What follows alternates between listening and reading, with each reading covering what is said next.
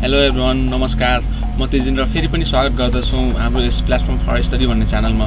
So previous भिडियोमा हामीले चाहिँ इनपुट युजरसँग इनपुट कसरी लिने त र युजरलाई आउटपुट कसरी डिस्प्ले गर्ने त त्यो सिकेको थियौँ र त्यो सँगसँगै यो त सानो इक्जाम्पल लिएको थियो जसमा चाहिँ कुनै सर्कलको एरिया कसरी फाइन्ड आउट गर्ने त। ओके, सो आजको टपिक रहेको छ हामीसँग write a programs find simple interest. That means C प्रोग्राम्समा हाम्रो सिम्पल इन्ट्रेस्ट चाहिँ कसरी पत्ता लगाउने त एक्चुअलमा।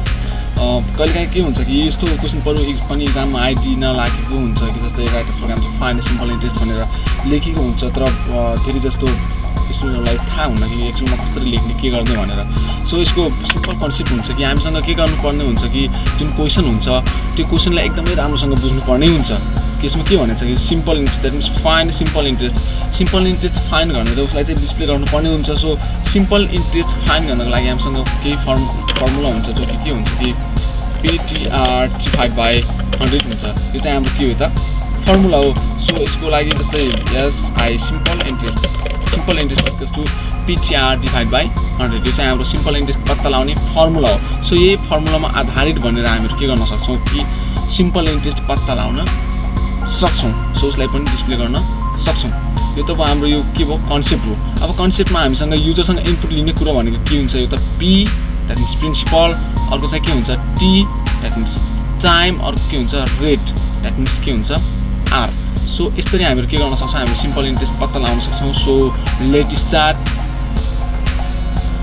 ओके, सो म आफ्नो डेभ C++ आइडीलाई खोलेँ र उसमा चाहिँ मेरो पुरानो फाइल छ जो कि example2.c भन्ने छ। त्यो चाहिँ हाम्रो पुरानो फाइल हो प्रिभियस भिडियोको। सो मैले चाहिँ के गरेको त नयाँ फाइल बनाएँ जो कि यो त नयाँ फाइल जसको नाम राखेँ मैले सिम्पल इन्ट्रेस्ट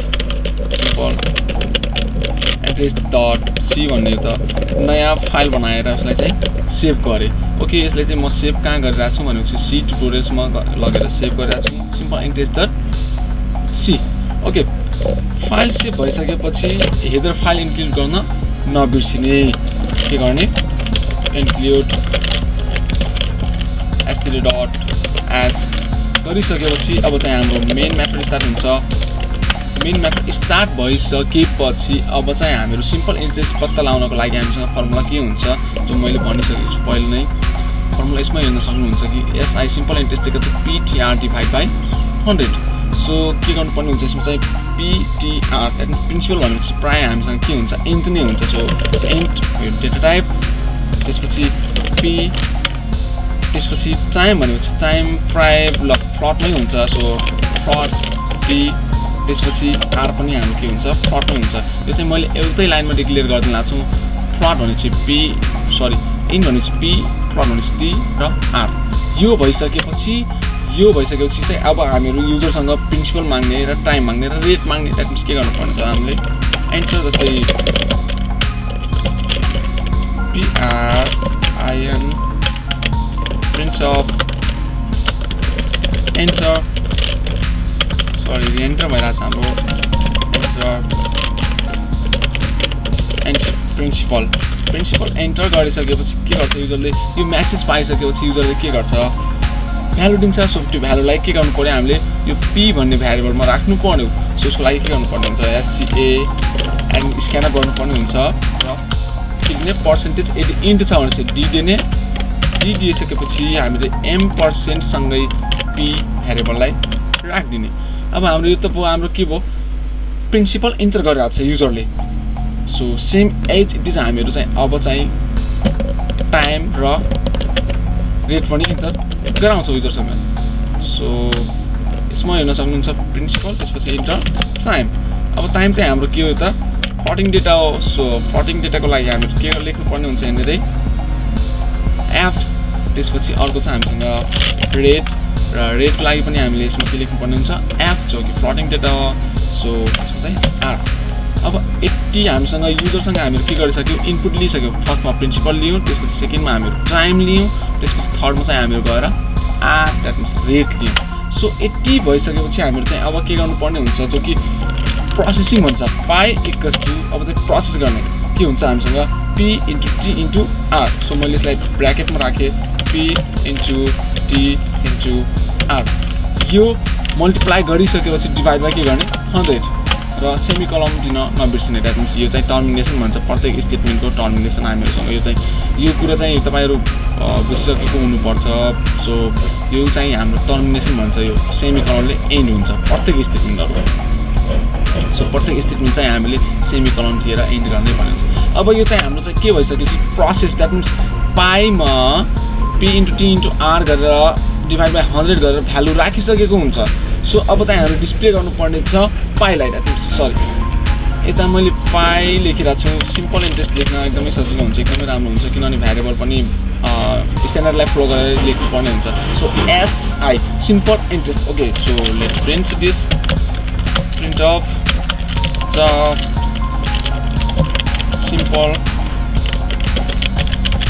इन्ट्रेस्ट इज गरेर पर्सेन्टेज अब चाहिँ हामीसँग सिम्पल इन्ट्रेस्टमा चाहिँ केमा आउँछ कि हाम्रो फ्लोटिङमा सो पर्सेन्टेज एड गर्नुपर्ने हुन्छ र देखाउनुपर्ने हुन्छ एसआईलाई अब एन्ड गर्ने त्यसपछि एचसीएच स्क्रिन होल्डको लागि त्यसपछि रिटर्न 0 गर्ने रिटर्न 0 चाहिँ किन गरिन्छ भनेपछि यो चाहिँ हामीसँग इन्ट यो मैले प्रिभियस भिडियोमा चाहिँ भनिसकेको छु कि इन्ट लेखेको छ भनेपछि यो पक्कै पनि यो म्याथले केही न केही रिटर्न गर्छ यो मेन फङ्सनले सो यता मैले इन्टको ठाउँ इन्टलाई that means integer data return गर्नको लागि रिटर्न 0 गरिदिएँ सो यसमा चाहिँ एउटा सानो फल्ट छ हामीसँग त्यो के हो भनेपछि एसआई छ सिम्पल इन्ट्रेस्ट जो कि हामीहरू डिक्लेयर गरेकै छैनौँ सो यो प्रोग्रामले के भन्छ कि डिक्लेयर गरेको छैनस् तर किन युज गरेको छ सो उसले चाहिँ हामीहरू डिक्लेयर गर्नुपर्ने हुन्छ यहाँनिर गएर के गर्नुहोस् तपाईँ एसआई लेखिदिनुहोस् द्याट मिन्स के हुन्छ कि तपाईँको प्रिन्सिपल चाहिँ इन्टिजरमा आउँछ तर फ्लटमा टाइम र रेट आउँछ सो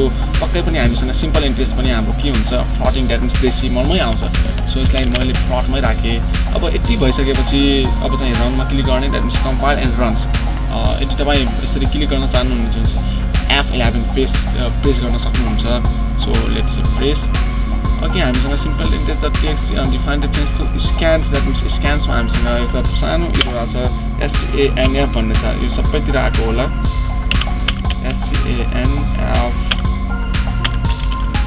SCANF त्यसपछि अर्को यसमा पनि हामीसँग एउटा सानो इरो छ सो यति भइसकेपछि फेरि रन गर्ने ओके रन भइसक्यो हाम्रो प्रोग्राम चाहिँ एकदमै क्लियरली एकदमै राम्रोसँग रन भयो त तपाईँ हेर्न सक्नुहुन्छ एरर 0 वार्निङ 0 त्यो फाइल चाहिँ हाम्रो सी डेस्कटप सी ट्युटोरियल्स भित्र सिम्पल इन्ट्रेस्ट.exe भन्ने नयाँ फाइल भनेको छ तपाईँ हेर्न सक्नुहुन्छ त्यो फाइल चाहिँ यहाँ गएर हेर्न सक्नुहुन्छ अहिले हामीले बनाएको फाइल चाहिँ यो सिम्पल इन्ट्रेस्ट.c र ट्रान्सलेट भएर हाम्रो आएको फाइल चाहिँ यो वाला हो सिम्पल इन्ट्रेस्ट.exe जो कि हाम्रो एप्लिकेसन हुन्छ यो चाहिँ कुनै पनि कम्प्युटरमा लगेर तपाईँ रन गर्नुहोस् लगभग रन नै हुन्छ सो सिम्पल इन्ट्रेस्ट दिइरहेको छु मैले 1 लाख 1 2 3 4 5 1 लाख दिएँ त्यसपछि टाइम मागिरहेको छ 2 इयर्स त्यसपछि सरी यसमा हाम्रो इरो आइदियो ओके 1 लाख त्यसपछि टाइम 2 इयर्स त्यसपछि रेट चाहिँ 1.5 दिइसकेपछि हाम्रो यता आइसकेको छ सिम्पल इन्ट्रेस्ट इज 1 लाख को सिम्पल इन्ट्रेस्ट भनेको हाम्रो 3000 आउँछ द्याट मिन्स 3000 आउँछ सो यो चाहिँ हाम्रो एकदमै क्लियर भयो द्याट मिन्स हामीहरू बुझिसक्यो सिम्पल इन्ट्रेस्ट कसरी फाइन्ड आउट गर्नु त हाम्रो सी प्रोग्राम लेखेर एकदमै सजिलो छ फेरि तपाईँ हेर्न सक्नुहुन्छ फेरि रन गरेर रिरन गरेर जस्तो सिम्पल इन्ट्रेस्ट मैले दिएँ 25,000 अनि इन्टर गरेँ इयर्स चाहिँ 5 इयर्स दिएर रेट चाहिँ 8% दियो भने चाहिँ हेर्न सक्नुहुन्छ कि तपाईँ 18,000 यो चाहिँ हाम्रो के हो त सिम्पल इन्ट्रेस्ट हो सो आजको भिडियो चाहिँ हाम्रो यति नै नेक्स्ट डेमा आउने नै छु नेक्स्ट ट्युटोरियल सिरिजसँगै सो यदि तपाईँसँग कुनै समस्या छ कुनै क्वेसन छ भने चाहिँ तपाईँ हाम्रो युट्युबको च्यानलको कमेन्ट बक्समा गएर तपाईँ आफै कमेन्ट गर्न सक्नुहुन्छ यही भिडियोको कमेन्ट बक्समा गएर कमेन्ट गर्न सक्नुहुन्छ तपाईँको क्वेसन सो तपाईँको क्वेसन्सको आन्सरसँगै म नेक्स्ट भिडियो लिएर आउने नै छु सो तपाईँसँगको लागि bye bye see you next time